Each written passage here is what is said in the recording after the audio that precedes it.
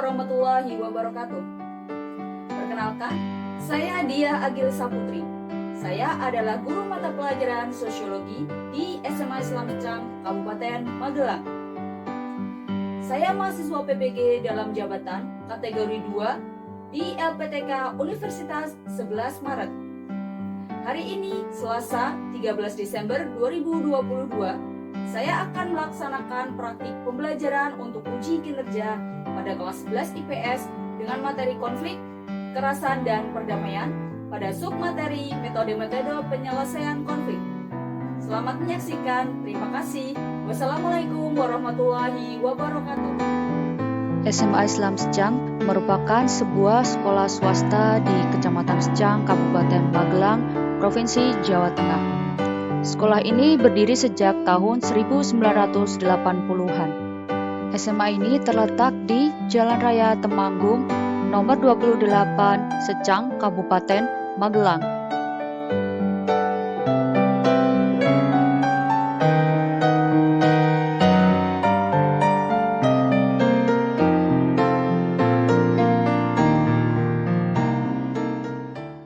Bismillahirrahmanirrahim. Assalamualaikum warahmatullahi wabarakatuh.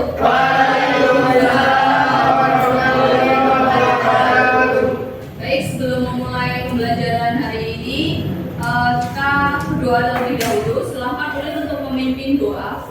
Memulai pembelajaran hari ini, marilah kita terlebih dahulu. Bismillahirrahmanirrahim. Raditu billahi rahman. Sebelum lebih jauh lagi, saya akan melakukan presensi nih, karena sepertinya ada beberapa bangku yang terlihat kosong. Siapa yang tidak masuk ya? Alfia, kenapa? Sakit.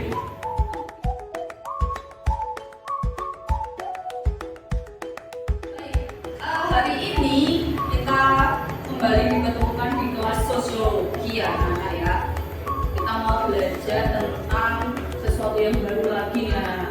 Nah, sebelum lebih jauh lagi, kita akan melakukan butterfly hug ya.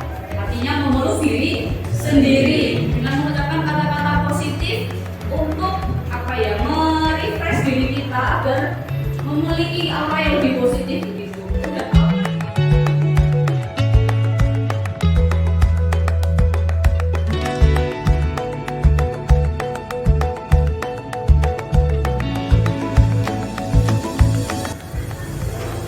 Nah, sebelum lebih jauh kita akan flashback dulu kembali ke masa lalu untuk menilik apa sih yang sudah pernah kita pelajari di kelas ini. Ada tentang konflik dan juga kekerasan. Konflik itu apa? Kemudian kalau kekerasan tindakan melukai orang lain ya, anak ya.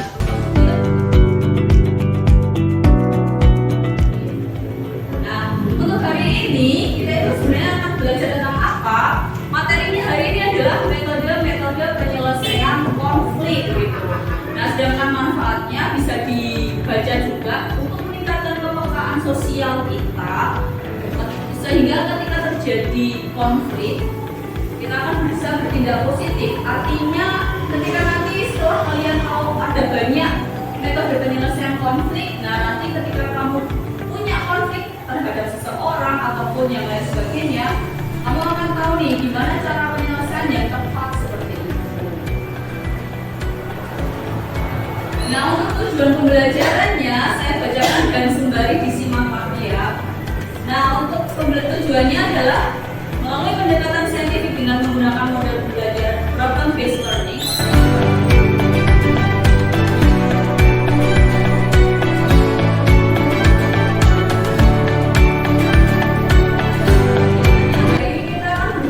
Jadi seorang detektif dengan medianya detektif plus. Jadi kita akan memecahkan apa sih, kalau detektif itu memecahkan apa?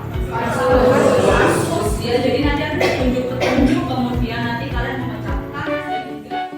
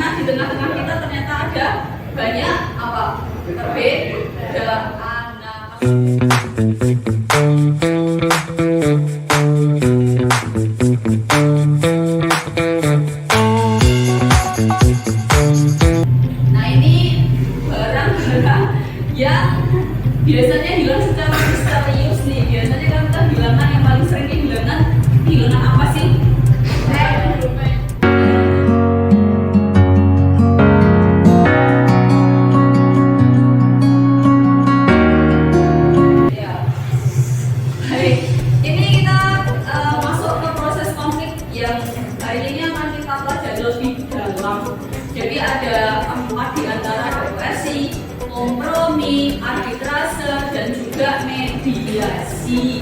Ada yang mau bacain dulu nggak untuk yang koaksi dan kompromi? Ya, ini berarti bagi ya, kemudian ETA. Silakan buat. Koersi yaitu bentuk akomodasi melalui paksaan fisik atau psikologi. Ya, lanjut ETA. Kompromi atau kompromis yaitu pihak-pihak yang terlibat dalam konflik saling mengurangi tuntutan kehidupan suatu penyelesaian.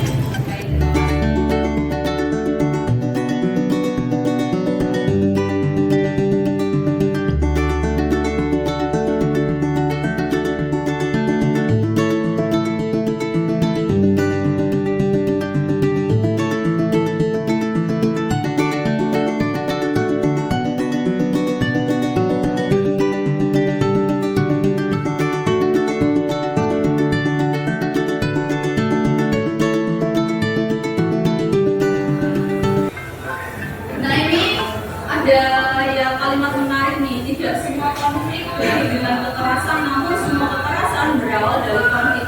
Kalau tadi kamu menyimak dari tadi ya, maksudnya tuh apa sih? Ada yang bisa memberi argumen nggak terkait dengan hal ini? Udah, silakan. Tidak semua konflik berakhir dengan kekerasan, namun semua kekerasan berawal dari konflik. Kalau konflik itu pasti bisa diselesaikan dengan baik.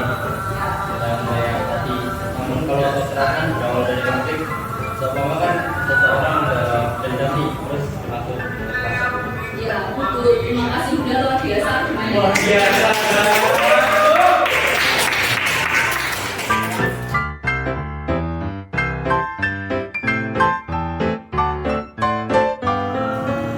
Saya mau nanya nih, apa aja sih ya tugas pihak ketiga dalam mengatasi konflik sosial melalui mediasi?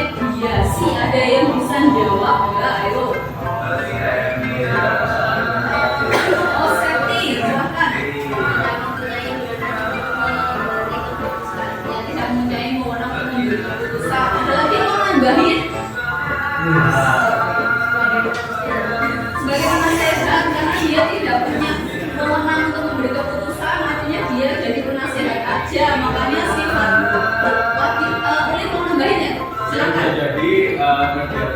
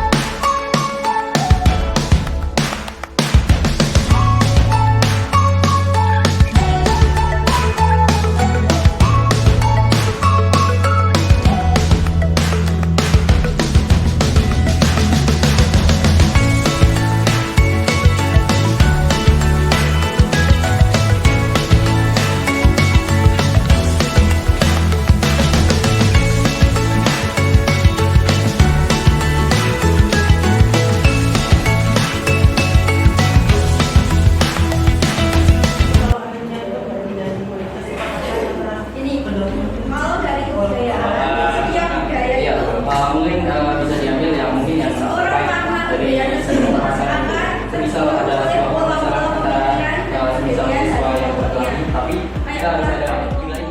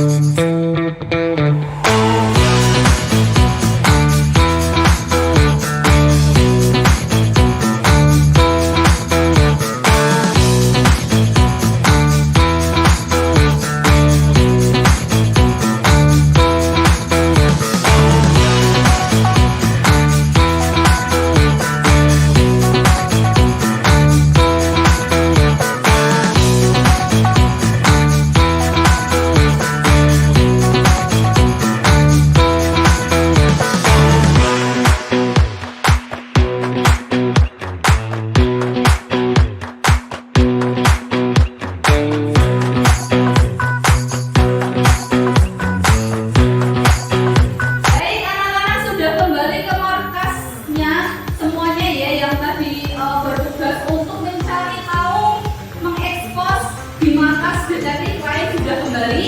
Oke.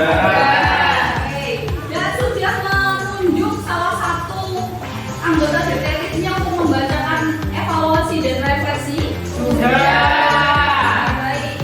Kalau gitu bisa kita mulai untuk membacakan evaluasi dan refleksi berkaitan dengan kelompok detektif lain. Ya, siapa yang mau mulai duluan? Kunjungan kepada kelompok kedua yang tidak bermarkas Tahun Barok dan tadi kasus yang diceritakan perhatian atas teman poin menariknya poin mengembangkan perdamaian dalam kehidupan yaitu untuk tetap dalam kondisi yang mengarah pada perdamaian, harmonis, ketentraman dan awal setidaknya dimanapun dalam dan setiap kapanpun. Benar kita damai semangat dalam kehidupan tetapi dalam hubungan Islam. Hari ini penting agar tidak terjadi konflik berkepanjangan dengan marah pada hal yang tadi sudah catatan nama tertulis menjaga stand ramah tetapi dalam penyampaian materi kurang bervolume. Untuk meetingnya bagus tetapi kurang menarik. Untuk selanjutnya kunjungan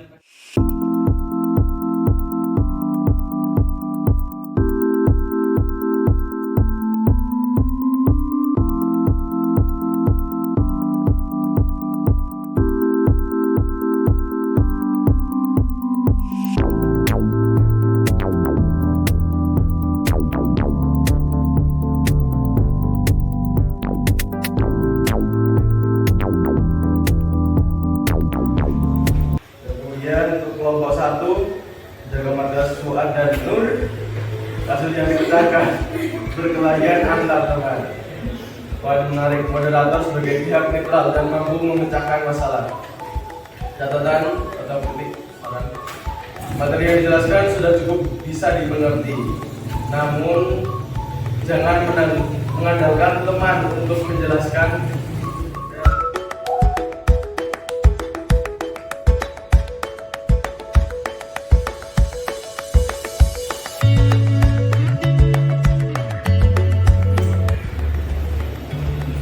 Kunjungan pada kelompok 3, penjaga markas Rahmat dan Bulan. Kasus yang dipecahkan Bimo anarkis. Poin menarik, gas air mata menyebabkan kebencian kepada polisi dan aparat. Catatan selama kunjungan kurang efektif karena bahasa yang digunakan terlalu campur.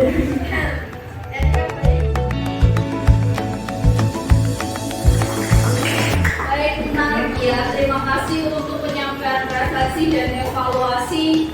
Artinya kalian kan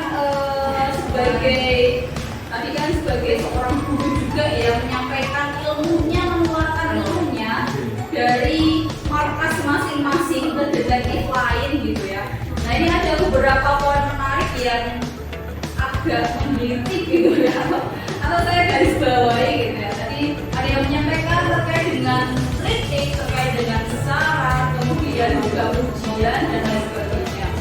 Ada yang memuji bahwa mind mappingnya itu bagus gitu ya. Kemudian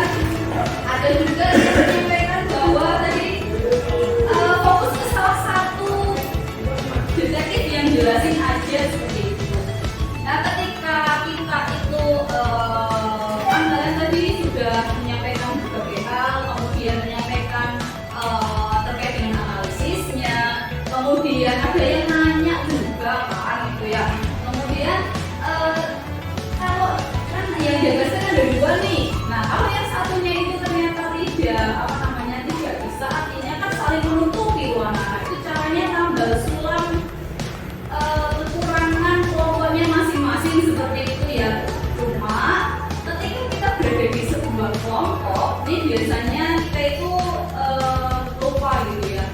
Ketika kamu tuh pengen berniat-niatnya seperti itu mau tambal sulam karena teman saya tidak paham. Nah, tanda tanyanya adalah apakah kamu sudah diskusikan hal itu ke teman sekelompokmu kan gitu ya. Jadi makanya tadi dari kacamata kelompok 3 itu kelompok detektif 1 itu terlihat hanya fokus ke 1 orang gitu kan. Nah itu luar biasa sekali, artinya Bunda tadi juga apa ya, sebegitu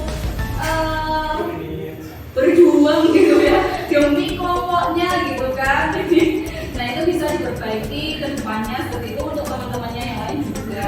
Kemudian tadi ada yang memakai bahasanya masih campur, pakai bahasa Jawa dan bahasa Indonesia. Nah ini bahasa itu kan sesuatu yang harus dibiasakan anak-anak. Memang terkadang ketika kita itu ngobrol sama teman sendiri nih ya kan, apalagi kan tadi kan yang nanya itu teman sendiri ya. Jadi kadang kalian itu apa sih?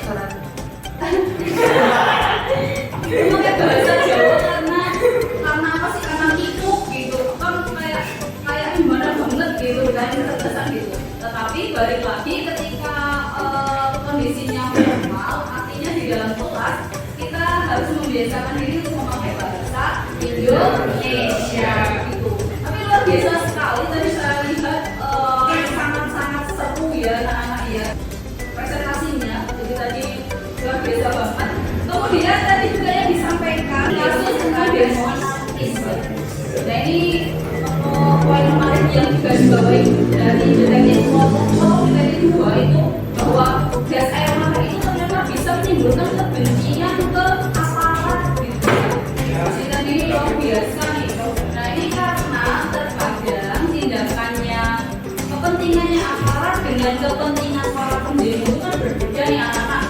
Nanti makanya ketika kalian sudah masuk jenjang perkuliahan ataupun ada yang kerja dan lain sebagainya, kemudian ada demo seperti itu, ini kemungkinan kalian akan menghadapi itu dengan cara langsung gitu loh. Nah nanti dengan kalian tahu bagaimana sih konflik kok bisa demo anak seperti apa, cara menghindarinya bagaimana, itu saya harapkan itu bisa diingat-ingat sampai kalian nanti sudah tidak SMA lagi seperti itu.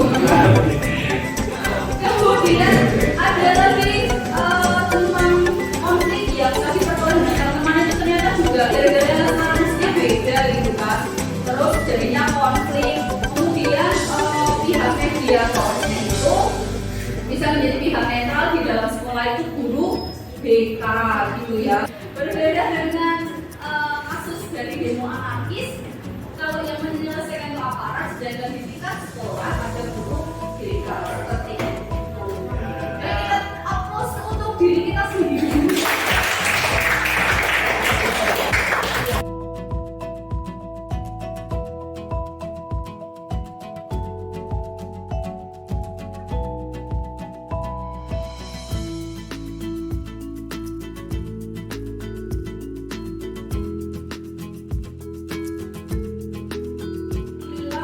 Untuk pembelajaran hari ini kita memasuki kegiatan penutup ya anak-anak ya. Jadi kita merefleksikan dulu pengalaman belajar hari ini. Itu kayak gimana, kita cerita dulu ya anak-anak ya. Ada yang mau menyampaikan pengalaman belajarnya? Fuad, silakan. Menurut saya pembelajaran hari ini sangat menyenangkan karena menggunakan metode exposure. Nah, di sini kita mendapatkan hal-hal seru dan materi yang banyak. Baik, terima kasih untuk Fuad. Itu refleksi belajarnya. Jadi menurut dia pembelajaran ini seru gitu. Teman-teman yang lain juga seru nggak menurut kalian? Seru. Ada lagi yang mau menyampaikan pengalaman pembelajar? Rahma, silahkan. Saya akan menyampaikan refleksi tentang pembelajaran hari ini. Hari ini kita membahas tentang resolusi konflik atau tata cara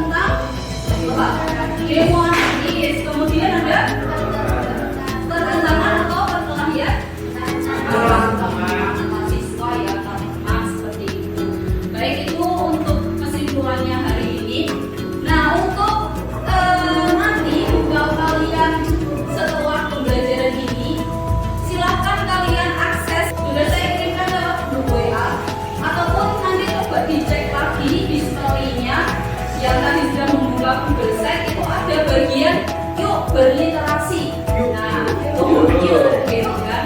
Nah, ini berkaitan dengan bacaan dari artikel populer. Baik itu nanti dibaca artikelnya terkait dengan panggilan hewan tertentu yang ternyata ada konotasi negatif dan juga ada konotasinya yang positif. Jadi kalian bisa menyimpulkan juga dari bacaan itu bahwa tidak semua hewan, ini tidak semua panggilan hewan itu bisa digunakan untuk bercanda-bercandaan gitu kan. Kan banyak tuh kasusnya yang tadi